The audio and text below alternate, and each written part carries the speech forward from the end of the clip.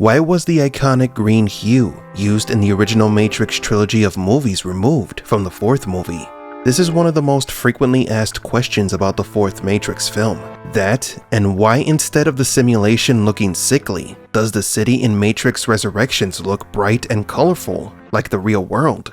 Well, what would you think if I told you that there exists some clues to reveal that the simulation that Tom was living in Matrix Resurrections is actually our world? Would you like to know the biggest secret of this movie? Then welcome to Matrix Explained.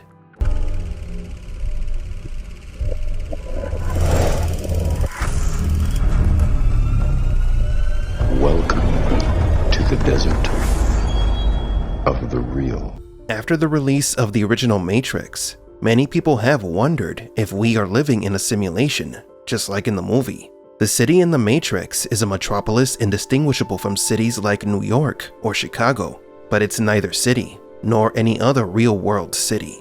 The city was called Mega City, and its name is just one of the several indications that show that it is not a digital representation or simulated reconstruction of any real-world city, but a fabrication based on multiple real-world cities created by the machines. Another big indicator is the city's strange green-colored hue. The entire city looked like it was masked with a putrid green filter. The green hue was used to emphasize that Mega City was a Matrix simulation. The Matrix Resurrections introduced a new simulated city, one without the aforementioned green hue that covered Mega City. This new simulation is in fact based on our world. Why do we believe that? Well, we have 7 good reasons as to why. The first reason is that when the trailer for Matrix Resurrections was released, we quickly noticed that the green hue was missing. The Matrix no longer looked green, an omission that many people criticized because the movie no longer looked or felt like a Matrix movie. But we believe that there is an important reason behind this creative change. It was to show that Matrix 4 was not in the same simulation as the original films. Second reason, Thomas Anderson was forced by his employer, the video game division of Warner Brothers, to continue the Matrix video game story. I'm sure you can understand why our beloved parent company Warner Brothers has decided to make a sequel to the trilogy. There are many scenes in the movie of people talking about how great the Matrix trilogy of games was. You say Matrix to anyone. You say Matrix. This is what they see. Warner Brothers' existence in the simulated world and its connection to the Matrix franchise are linked to the real-world issues the creators had with the production company. Warner Brothers wanted to create more Matrix content with or without the Wachowskis, despite the siblings stating that the Matrix franchise was finished. It is a real-world struggle reflected in the movie. Third reason, the humans connected to the simulation are addicted to social media, just like in our world. The Matrix simulation is no longer about seeking perfection of the illusion. The new version is based on emotions and personalized simulations. The funny thing about this is that the Merovingian points this out in his very unique way. He calls out the names of social networks and their creators that exist in the real world.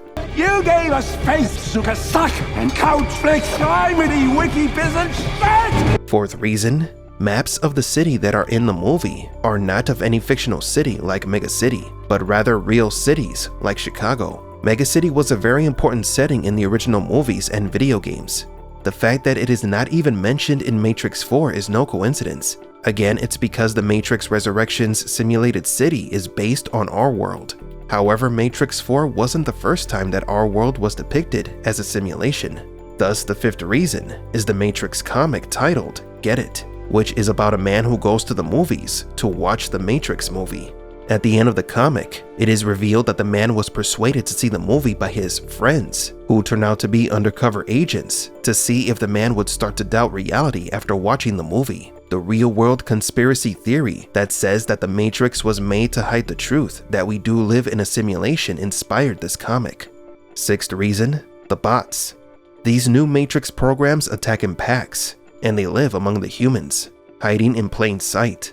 This is a reference to the hive mind mentality and cancel culture within social media.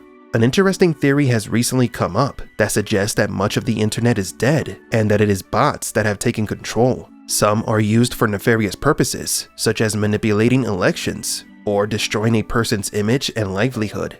And our 7th reason is the existence of the Matrix video games. Thomas Anderson in Matrix 4 is a video game developer who worked for Warner Brothers. He became famous for his creation, the Matrix video game trilogy. The film never discloses the titles of each game in the trilogy, but the overall plot of the games is of the original film trilogy. Tom even has figures and other references to the film trilogy around his office. Now, there are real video games of the Matrix. Enter the Matrix, The Path of Neo, and The Matrix Online. These games revolve around the original Matrix films. Furthermore, around the time Matrix Resurrections came out, The Matrix Awakens tech demo was released for a limited time on video game consoles. This tech demo was merely to demonstrate the power of the game engine that was used to create it, the Unreal Engine 5. Enter the Matrix is a canonical tale that takes place between and around the Matrix trilogy. Path of Neo is a recreation of the movies, so the gamers can experience the events of the films in video game format. The game even uses scenes from the movies. For example, the fight between Seraph and Neo. During the fight, they end up in a movie theater, where we can see the fight scene from the movie playing on screen. It's pretty similar to the theater scene in The Matrix 4, where Morpheus is offering the pills to Neo while the original Matrix film is being played on the destroyed silver screen. Now, what does all this mean?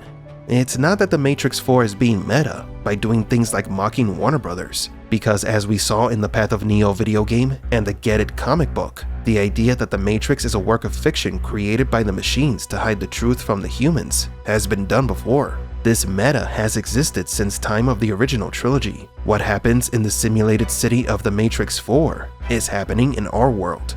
Lana Wachowski was trying to erase the line between fiction and reality, making it more difficult to differentiate between what is a simulation and what is real. And that is the biggest secret of Matrix Resurrections, that it's based on our world. That our world, according to the film, is a simulation. The Matrix franchise was created to reveal the truth, that we do live in a simulation. The concept of a simulated world is deeply linked to Hindu, Buddhism, and Platonic beliefs and philosophies that inspired the films. Our world doesn't have to be a computer simulation to be a simulation, and perhaps this is what the movie was trying to tell us. The original trilogy blurred the lines between falsehood and reality. The main detail that reminded us that Mega City was fictional was the green hue, but The Matrix Resurrections reinforces a belief many people have had since the franchise was created, and that is that The Matrix is not a movie, but a documentary. But do you agree? Is the Matrix 4 simulated city a digital representation of our world?